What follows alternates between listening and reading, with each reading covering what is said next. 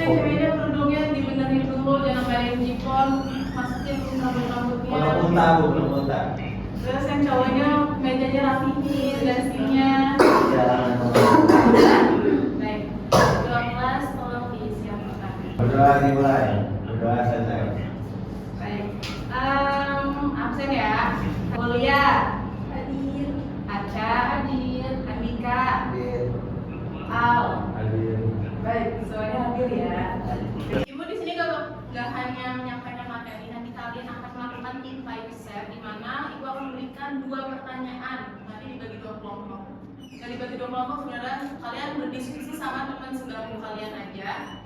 Lalu kalian diskusikan, terus dibagikan ke kelas, ke teman-teman kelas. Perwakilan 1 orang aja untuk maju. Nanti ya. Pembelajaran hari ini kita akan membahas tentang sejarah kebangkitan Daulah Abbasiyah. Kalau misalnya kita membahas tentang sejarah lahirnya Daulah Abbasiyah, apa sih yang di pikiran kalian yang pertama terbenak di kepala kalian? Gak mungkin dalam sebuah wilayah hanya berdiri secara sendiri tanpa adanya seorang pemimpin, ya kan? Lalu, apakah seorang pemimpin ini harus memiliki sikap yang tempe? Kayak misalkan sikap pengecut, sikap yang gak bisa menang kerupuk, terus kalau misalkan gak bisa berada di garis depan dalam peperangan, atau gak bisa di garis depan dalam suatu masalah, apakah itu masih bisa disebut seorang pemimpin? Tidak, Bu. Lalu kayak gimana sih seorang pemimpin itu? Bentuk seorang pemimpin, seorang leader yang bisa mengayomi. Harus ada mahkotanya. Mahkota. Karakteristiknya harus menonjol, Bu. Jadi punya karakteristik tersendiri, nggak ikut-ikut sama yang lain. Ya. Harus memiliki jiwa pemimpin. Harus punya singgasana. Jadi kalau misalkan menurut agama itu seorang pemimpin ada seorang raja, seorang kaisar yang memimpin suatu negara. Jadi kalau dalam Islam seorang pemimpin itu biasanya disebut khalifah. Ya, khalifah. Nah, di sini ada masih yang kalian pengen banget kayak aku mau menjadi seorang leader yang bisa mengayomi anggota-anggotanya, bisa menjadi ibu sebagai guru ya. Ibu sebagai guru juga memimpin kalian agar bisa memahami pembelajaran yang akan disampaikan. Ini salah satu contohnya. Lalu ibu yang bertanya kalian, adakah yang tahu bagaimana sebuah dinasti bisa digantikan oleh dinasti yang lainnya sehingga bangkit pula dinasti yang baru? Ada yang tahu apa penyebabnya? Apa yang bisa menjadi sebuah dinasti baru, bangkitnya dinasti baru lagi? Pasti kan ada penyebabnya. Kenapa? Kepemimpinan yang lemah. Lalu Terus ketidakpuasan rakyat. lalu Runtuhnya dinasti. ya. Salah politik. Ah, baik. Benar. Pengen steak-om. Kenapa? Pengen steak-om. Ah, ya. Iya, empire. Lalu, mengapa kita penting untuk belajar sebuah sejarah? Ada yang tahu nggak? Mengapa kita penting belajar sejarah? Supaya Kita bisa menangkap tokoh sebelumnya, Bu. ya betul. Lalu ada Dalam lagi. kehebatannya gitu kan. Supaya juga untuk menghormati juga jasa-jasa mereka. Ya, lalu Supaya bisa belajar kita. benar baik. Baik, anak-anak ibu sekalian, pembelajaran hari ini kan ibu udah bilang kita harus belajar sejarah kita lahirnya Daulah Abbasiyah. Bacakan dulu ya. Tentang Daulah Abbasiyah, hanya setelah runtuhnya Daulah Umayyah pada tahun 750 Masehi 130 Hijriah. Pendirian khalifah ini diawali dengan gerakan rahasia yang dipimpin oleh keturunan Al-Abbas bin Abdul Muthalib, paman Nabi Muhammad yang merasa berhak atas kepemimpinan umat Islam dibandingkan Bani Umayyah. Baik, terima kasih ya. Jadi kebangkitan Daulah Abbasiyah dimulai pada tahun 750 Masehi sampai 1250 Masehi. Kebangkitan ini dimulai dengan gerakan-gerakan perlawanan terhadap Daulah Umayyah pada masa kepemimpinan Hisham bin Abdul Malik. Pada masa pemberontakan itu, ada yang tahu nggak alasannya? Kenapa terjadinya gerakan-gerakan perlawanan? Malingnya rempah-rempah. Malingnya rempah-rempah. Rempah-rempah dicuri. Aku bertanya di mana? Bagaimana bisa terjadinya gerakan-gerakan perlawanan terhadap Daulah Umayyah? Ketidakpuasan politik. Lalu ada lagi? Ketidakpuasan rakyat.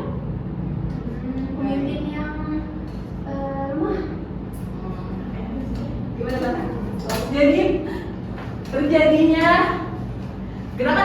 perlawanan terhadap Daulah Umayyah itu dimulai karena pada masa Daulah Umayyah Arabisasi itu sangat kental dalam tahun pemerintahannya.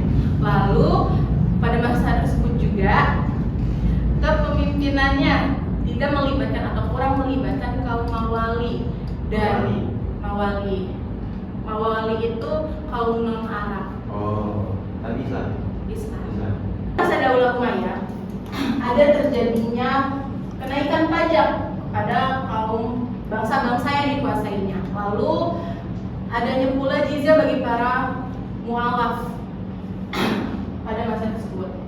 Tidak terlibatnya kaum Mawali, tidak terlibatnya kaum Syiah dalam kepemerintahan. Maka itu terjadilah gerakan-gerakan terhadap perlawanan Daulah Umayyah karena ketidakpuasan rakyat maka terjadi gerakan-gerakan pada masa tersebut menjadi salah satu kota Kufah menjadi salah satu tempat sebuah rintisan gerakan-gerakan perlawanan yang dipimpin oleh Muhammad bin Ali, salah satu tokoh pramangkasa Daulah Abbasiyah. Nah, kaum Mawali menjadi salah satu kaum yang mendukung atas gerakan-gerakan perlawanan tersebut dan didukung kuat pula oleh kaum Syiah dalam perlawanan tersebut. Nah, pada tahun 750 Masehi wafat Khalifah terakhir yaitu Khalifah Marwan II, yaitu bernama Khalifah Marwan bin Muhammad yang pada tahun 750 meninggal, dan pada tahun itu pula adalah dinasti Abbasiyah yang menggunakan prasejarah tersebut. Baik, ini sedikit materi dari Ibu. Tadi kan Ibu udah bilang ya, kita akan melakukan think question kan? Berarti Ibu akan memberikan 2 pertanyaan kepada kalian, terus didiskusikan oleh teman sebangku. Apa pertanyaan? Pertanyaannya, Ibu tulis apa Ibu? Ngomongin aja Bu. Ngomongin aja. Kita Hitam. di Ditulis ya. Iya Bu. Soal pertama, bagaimana sebuah dinasti dapat digantikan oleh dinasti lainnya? Soal kedua, berikan alasan, cukup 2 alasan mengapa alasan utama runtuhnya sebuah dinasti. Yaitu salah satunya yang kita bahas itu kan tadi ada dinasti Abbasiyah. Nah, runtuhnya dinasti Umayyah. Pertama yuk, pertanyaannya gimana Bu? Yang pertama pertanyaannya, runtuhnya Daulah Umayyah yang sehingga kita digantikan oleh Daulah Abbasiyah.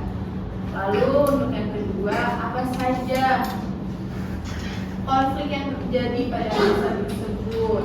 Lalu siapa tokohnya tokoh yang berjuang dalam bangunnya Daulah Abbasiyah, berdirinya Daulah Abbasiyah. Ini kelompok 1 yang tadi itu pertanyaan kelompok 1-2 boleh, 2-1 juga boleh. Ayo maju 1-1. Berdiri aja di tempat, gak usah maju. Oke, dari kelompok 1 kan tadi apa faktor utama yang menyebabkan runtuhnya Daulah Umayyah dan berdirinya Daulah Abbasiyah ya Bu? Iya.